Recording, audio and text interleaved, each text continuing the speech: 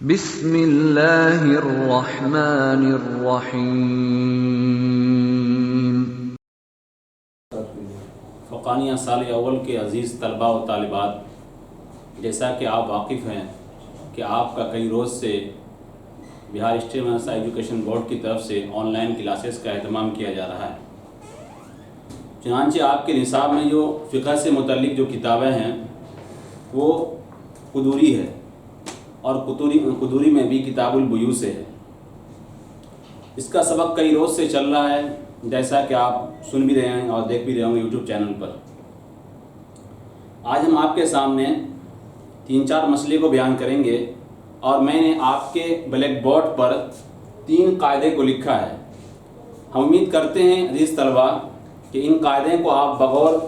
دیکھیں گے بھی، پڑھیں گے بھی اور سمجھیں گے بھی، اور ان 3 قاعدے کو اگر آپ صحیح سے پڑھ لیں گے اور سمجھ لیں گے تو یقیناً آج کے جو مسئلے اس کتاب میں بیان کیے گئے ہیں وہ بالکل واضح ہو جائیں گے۔ سب سے پہلے جو مسئلہ ہے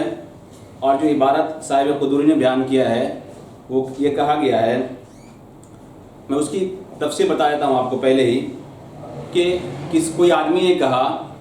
عزیز طلباء کہ میں آپ سے یہ گٹھر، یعنی جو کپڑے کا گٹھر ہوتا ہے، بہت موٹری اس کو کہیے اپنی زبان میں، کہ میں آپ سے یہ گٹھر بیچتا ہوں 100 درہم میں، لیکن اس ایک گٹھر کے اندر 10 تھان کپڑے ہیں۔ لیکن یہ بات بھی یاد رہے کہ اس 10 تھان کپڑے میں مختلف طرح کے تھان ہیں، یعنی ایک تھان کوئی اعلیٰ کوالٹی کپڑا ہے، دوسرا تھان اس سے کچھ دب ہے، کچھ اچھا ہے، کچھ خراب ہے، یعنی مختلف طرح کے 10 تھان ہیں ایک گٹھر کے اندر۔ تو بیچنے والے نے یہ کہا کہ میں آپ سے یہ گٹھر بیچ رہا ہوں 100 درہم میں، اور ہر تھان جو اس میں 10 تھان ہے اس گٹھر کے اندر، ہر تھان 10 درہم میں۔ یہ بات فائنل ہو گئی، کہا ٹھیک ہے میں لیتا ہوں۔ لیکن جب اس گٹھر کو کھولا گیا اور جب اس گٹھر سے کپڑے کے تھان کو نکالا گیا تو اس گٹھر میں صرف 9 ہی تھان نکلے کپڑے کے۔ تو صاحب کتاب یہ کہہ رہے ہیں کہ جب 9 ہی تھان نکلا ہے تو 9 ہی تھان لے لے گا، کیوں کہ وہاں اب کچھ چھانٹنے پھاٹنے کی کوئی بات ہے ہی نہیں، 9 تھان ہے، 9 کا 9 لے لے گا۔ لیکن پیسہ کتنا دے گا سامنے والا، یعنی مشتری اس کو جو خریدنے والا ہے؟ صاحب کتاب کہہ رہے ہیں اس نے کہا تھا کہ یہ گٹھر ہے، اس میں 10 تھان ہے اور ہر تھان 10 درہم میں، لیکن اس میں 9 ہی تھان نکلا ہے، اس لیے اس کو 90 درہم اس کو دینا پڑے گا، 100 درہم نہیں دینا پڑے گا۔ کیوں؟ اس وجہ سے کہ اس گٹھر کے اندر 9 ہی تھان کپڑے ہیں، 10 تھان کپڑا نہیں ہے۔ یہ تو بات ہو گئی۔ لیکن کہہ رہے ہیں صاحب کتاب کہ اگر اس میں زیادہ ہے، یعنی اس گٹھر کے اندر جو گٹھر کپڑے کا تھا اس میں 11 تھان کپڑے نکل گیا، تو اس شکل کے اندر کیا ہوگا؟ صاحب کتاب یہ فرما رہے ہیں کہ اس شکل کے اندر بیع فاسد ہو جائے گی، بیع درست نہیں ہوگی۔ کیوں؟ اس وجہ سے کہ اس میں اختلاف ہوگا۔ اختلاف کیسے ہوگا؟ اختلاف اس معنی کر ہوگا کہ مشتری یہ چاہے گا کہ میں جو 11 میں سے جو 10 اچھا تھان ہوگا وہ میں لے لوں گا، اور بائی یہ چاہے گا کہ میں اسے گھٹیا دوں اور ایک جو اپنے پاس رکھوں گا 11واں وہ میں بڑھیا رکھ لوں۔ تو خلاصہ کلام یہ نکلا کہ اس کے چھانٹنے میں، اس کے انتخاب میں آپس میں جھگڑا ہوگا، لڑائی ہوگا۔ اور ضابطہ سنیے، آپ کے میں نے بلیک بورڈ پر لکھ دیا ہے عزیز طلبہ کہ جس عقد بیع کے اندر مفضی الی النزاع کا خدشہ ہو، یعنی جس بیع کے اندر لڑائی جھگڑے کا اندیشہ ہو، وہ بیع فاسد ہو جایا کرتی ہے، یعنی اس بیع کو فاسد مانا جاتا ہے شریعت کی نظر میں۔ لہذا اس اختلاف کی صورت میں جب گٹھر کے اندر 11 کپڑے نکل گئے، اس صورت میں انتخاب میں، چھانٹنے میں اختلاف ہوگا، اس لیے بیع فاسد ہو جائے گی۔ اسی کو صاحب کتاب نے کہا کہ جو کہے کہ میں تم سے یہ گٹھر بیچتا ہوں اس شرط پر کہ 10 کپڑا ہے، 10 تھان ہے 100 درہم میں، اور ہر تھان 10 درہم میں، چنانچہ اس کو پایا کم، یعنی 9 تھان پایا، تو کہہ رہے ہیں صاحب کتاب بیع جائز ہو جائے گی اس کے حصے کے بقدر، یعنی 9 تھان ہے تو 9 میں جائز ہو جائے گا اور اس کو 90 درہم دینا پڑے گا۔ لیکن صاحب کتاب کہا ہے وَإِنْ وَجَدَ، اگر اس میں زیادہ پایا، یعنی 11 گٹھر ہے، تو فرمایا کہ بیع فاسد ہے۔ کیوں؟ یہاں لڑائی جھگڑا کی بات سامنے آ جائے گی۔ آگے صاحب کتاب فرما رہے ہیں، ایک ضابطہ میں نے آپ کے بلیک بورڈ پر لکھ دیا ہے کہ جو چیز مبی کے ساتھ دائمی طور پر متصل ہو وہ چیز اس کا نام لیے بغیر بیع میں داخل ہو جائے گی۔ صاحب کتاب ایک مسئلہ بیان کر رہے ہیں کہ میں آپ سے یہ کہوں عزیز طلبہ کہ میں آپ سے یہ مکان بیچ رہا ہوں، بات فائنل ہو گئی کہ 1 لاکھ روپے میں آپ سے یہ مکان بیچ رہا ہوں، تو صاحب کتاب کہہ رہے ہیں کہ اس کی تعمیر یعنی اس مکان کے ساتھ جو متصل ہوتی ہے عام طور پر وہ چیز اس میں داخل ہوگی، اس کا نام لے یا نہ لے یعنی عقد بیع کے اندر، یعنی میں یہ کہا تھا کہ آپ سے میں یہ مکان بیچ رہا ہوں تو اس مکان کے تحت خود بخود اس کی تعمیر یعنی عمارت یعنی بنیاد بھی داخل ہوگی، جیسے اس مکان کے اندر بیت الخلاء ہوگا وہ بھی داخل ہوگا، غسل خانہ ہوگا وہ بھی اس کے اندر داخل ہوگا، زینہ ہے، کچن ہے، کیوں یہ جائے کہ ان سب چیزوں کا تذکرہ نہ ہوا ہو پھر بھی یہ چیز ایٹومیٹک طور پر لازمی طور پر بیع کے اندر داخل ہوگی، کیوں؟ اس وجہ سے کہ یہ ایسی چیزیں جو مکان کے ساتھ لازمی طور پر متصل ہوا کرتی ہیں۔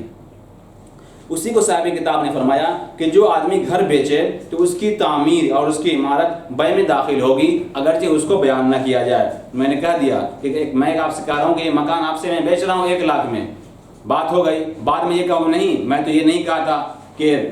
بیت الخلاء کی بات نہیں ہوئی ہے، غسل خانہ کی بات نہیں ہوئی ہے، زینے کی بات نہیں ہوئی ہے، کچن کی بات نہیں ہوئی ہے، لہذا یہ سب میں نہیں دوں گا۔ صاحب کتاب کر نہیں، وہ سب چیز بولنے ضرورت نہیں، بولے یا نہ بولے خود بخود مکان کے تحت وہ سب چیزیں متصل ہوتی ہیں۔ جیسے یہ کوئی یہ کہے کہ میں آپ سے تالا بیچ رہا ہوں، بات ہو گئی 10 روپے میں آپ سے تالا بیچ رہا ہوں، بعد میں یہ میں کہوں کہ بھائی چابی کے بارے میں تو میں نہیں کہا تھا، لہٰذا میں چابی نہیں دوں گا، ایسا نہیں ہے، کیوں کہ وہ چیز اس کے تحت تابع ہو کر داخل ہو جاتی ہے۔ اسی پر یہ دوسرا قاعدہ جو ہے اسی پر یہ مسئلہ متفرع ہے کہ جو چیز مبی کے ساتھ دائمی طور پر متصل ہو وہ چیز اس کا نام لیے بغیر بھی اس میں داخل ہو جاتی ہے۔ تیسرا مسئلہ وہ بھی اسی پر متفرع ہوگا۔ ہم عارضا دخل ما فيها من النخل والشجر في البيع وان لم يسمه، مثال کے طور پر ایک آدمی کوئی زمین بیچا، میں آپ سے یہ زمین بیچ رہا ہوں 1 کٹھا زمین، لیکن اتفاق کی بات یہ ہے کہ اس میں کچھ درخت وغیرہ بھی لگے ہوئے ہیں، آم کے درخت ہیں، کھجور کے درخت ہیں، کٹہل کے درخت ہیں، مثال کے طور مان لیجئے۔ تو صاحب کتاب کہہ رہے ہیں کہ میں جب آپ سے زمین بیچ دیا تو اس میں جو درخت لگا ہوا ہے وہ بھی خود بخود آپ کا ہو جائے گا، چاہے کہ میں اس کو بیان کروں یا نہ کروں لینے کے وقت، کیوں؟ اس وجہ سے کہ وہ چیز اس کے ساتھ متصل ہوا کرتی ہے۔ ایسا نہیں ہے کہ وہ درخت جو ہے آم کا، کٹہل کا یا جامن کا 2-4 مہینے کے بعد اس کو کاٹ لیا جائے گا، ایسا نہیں ہوتا ہے، برخلاف گیہوں کے یا دھان وغیرہ کی کھیتی کے، کیوں کہ وہ 2-4 مہینے اس میں رہا کرتا ہے زمین پر، لیکن یہ سب چیزیں درخت ہوا کرتے ہیں یہ سال ہر سال رہا کرتے ہیں۔ جیسے صاحب کتاب کہہ رہے ہیں کہ زمین کے فروخت کرنے کے وقت ان درخت کا تذکرہ کرے یا نہ کرے خود بخود اس کے ساتھ متصل ہو جائے گی۔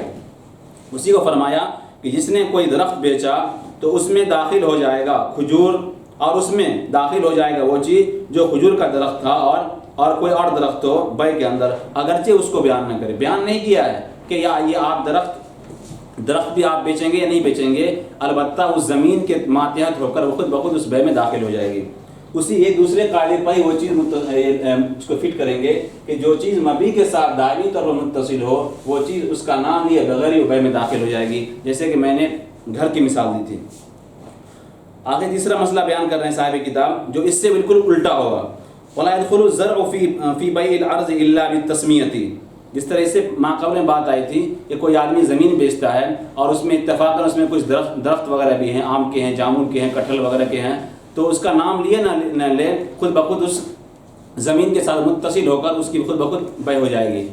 لیکن اگر ایک زمین میں بیچ رہا ہوں آپ سے 1 کٹھا زمین ہے یا 2 کٹھا زمین ہے اور اس میں کھیتی لگا ہوا ہے، گیہوں لگا ہوا ہے یا دھان کا فصل لگا ہوا ہے، تو صاحب کتاب کہہ رہے ہیں کہ وہ داخل نہیں ہوگا،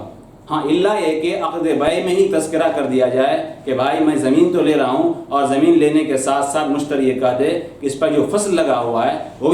بھی میں لے لوں گا، تو اس شکل کے اندر داخل ہو جائے گا۔ اگر اس کا تذکرہ نہیں ہوگا تو کھیتی اس بیع کے اندر داخل نہیں ہوگی۔ اسی کو فرمایا کہ کھیتی داخل نہیں ہوگا زمین کے بیع میں الا بالتسمیۃ، مگر بیان کر دینے کی وجہ سے۔ کیوں اس میں اور اس مسئلے میں فرق کیوں ہے؟ اس وجہ سے کہ کھیتی عام طور پر جو کھیت میں رہا کرتا ہے وہ 2-4 مہینے ہی، لیکن برخلاف جو درخت وغیرہ ہوا کرتے ہیں، آم کے، جامن کے وغیرہ جو پیڑ ہوا کرتے ہیں وہ سال ہر سال زمین پر رہا کرتے ہیں۔ آگے ایک مسئلہ ہے اور اس مسئلے کو بیان کر کے بہت ہی اہم مسئلہ ہے، اس مسئلے کو بیان کر کے ہم آج کی بات کو ختم کریں گے۔ صاحب کتاب یہاں پہ یہ کہہ رہے ہیں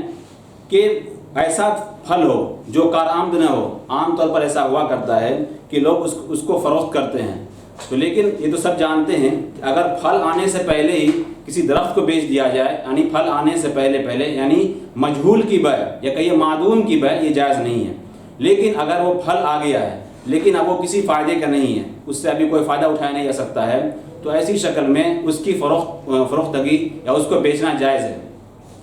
یعنی صرف پھل آ گیا ہو، وہ ابھی کارآمد ہوا ہو، کارآمد نہ ہوا ہو یا نہ ہوا ہو، دونوں شکل میں اس کی بیع جائز ہے۔ لیکن صاحب کتاب آگے فرما رہے ہیں کہ جو آدمی کوئی ایسے پھل کو بیچے جو کارآمد نہ ہوا ہو یا ہو گیا ہو تو بیع جائز ہے، لیکن مشتری پر ضروری ہوگا اس کا توڑنا۔ فی الحال اگر وہ شرط لگا دے اس کے چھوڑنے کی کھجور کے درخت پر تو بیع فاسد ہو جائے گی۔ میں نے آپ کے بلیک بورڈ پر ایک قاعدہ لکھا ہے۔ قاعدہ یہ ہے کہ عقد بیع کے اندر اضافی شرط لگانے کی وجہ سے عقد بیع فاسد ہو جایا کرتی ہے۔ اگر بیع کے اندر کوئی اضافی شرط لگا دی جائے تو خود بخود وہ بیع فاسد ہو جاتی ہے۔ یعنی اس مسئلے کے اندر ایسا ہی ہوا ہے۔ مثال کے طور پر ایک آدمی چھوٹا آم کا ٹکلا ہوا تھا، اس کو فروخت کر دیا، بائع نے مشتری کے ہاتھ فروخت کر دیا، تو اب یہاں پر لازم ہوگا مشتری کے لیے کہ فوراً اس کو توڑ لے، وہ اس کو درخت اس پر نہیں چھوڑ سکتا ہے۔ ایسا نہیں یہ شرط لگائی جائے گی بیع کے اندر کہ ایسا کیجیے، آپ تو بائع سے یہ مشتری کہے کہ آپ تو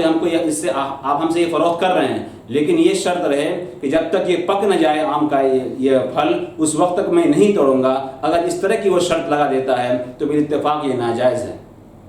لیکن پھر جواز کی کیا شکل ہوگی؟ جواز کی شکل صاحب کتاب نے یہ کہا ہے کہ اس میں یہ ہو کہ عقد بیع کے اندر ایسا کوئی تذکرہ نہ ہو، عقد بیع ہو جائے، معاملات ہو جائیں، پھر مشتری یہ کہے، بائع سے کہے کہ ایسا کیجیے، میری ایک درخواست ہے کہ آپ پکنے تک اس کو چھوڑنے کی اجازت دے دیجئے تاکہ میں جب یہ پک جائے تو میں اس کو توڑ لوں گا، یا بائع خود ہی اس کی اجازت دے دے کہ ایسا کیجیے کہ بیع تو ہو گئی، سب بات فائنل ہو گئی، لیکن آپ اس کو ابھی ہم اجازت دیتے ہیں کہ آپ اس پھل کو ابھی درخت پر رہنے ہی دیجئے، جب یہ پک جائے گا تب آپ توڑ لیجئے گا۔ لیکن اگر عقدی کے اندر اگر شرط لگا دے چھوڑنے کی کہ پکنے تک اس کو ہم چھوڑیں گے، تو صاحب کتاب کر رہے ہیں اس شکل کے اندر یہ بیع فاسد ہو جائے گی۔ کیوں کہ عقد بیع کے اندر کسی اضافی شرط لگانے کی وجہ سے یہ ضابطہ ہے کہ عقد بیع کے اندر کسی اضافی شرط لگانے کی وجہ سے وہ بیع خود بخود فاسد ہو جاتی ہے۔ اسی کو صاحب کتاب نے کہا کہ جو آدمی ایسے پھل کو بیچے جس کا کارآمد ہونا ابھی ظاہر نہیں ہوا ہے یا ہو گیا ہے تو بیع جائز ہے، اور مشتری پر ضروری ہوگا اس کا توڑنا فوراً ہی جس پوزیشن میں وہ پھل ہے ابھی اس کا توڑنا ضروری ہوگا۔ فَإِنْ شَرَطَ تَرْكَهَا۔ لیکن اگر مشتری اس کو چھوڑنے کی شرط لگا دے کھجور کے درخت پر، کھجور کا پھل خریدا تھا، اب کہا کہ ابھی تو بہت چھوٹا تھا، کہا کہ جب یہ پک جائے گا تب توڑ لیں گے، مشتری یہ شرط لگا دے بیع کے اندر، عقد بیع کے اندر، تو کہہ رہے ہیں صاحب کتاب کہہ رہے ہیں فسد البیع۔ کیوں فاسد ہو جائے گی؟ ہم نے آپ کے ضابطہ لکھ دیا آپ کے بلیک بورڈ پر کہ عقد بیع کے اندر کوئی اضافی شرط لگا دی جائے تو بیع فاسد ہو جاتی ہے۔ آج کی سبق کو یہیں پر ہم روکتے ہیں، انشاءاللہ آئندہ پھر ہم اس کے آگے آپ کے سامنے لے کر حاضر ہوں گے۔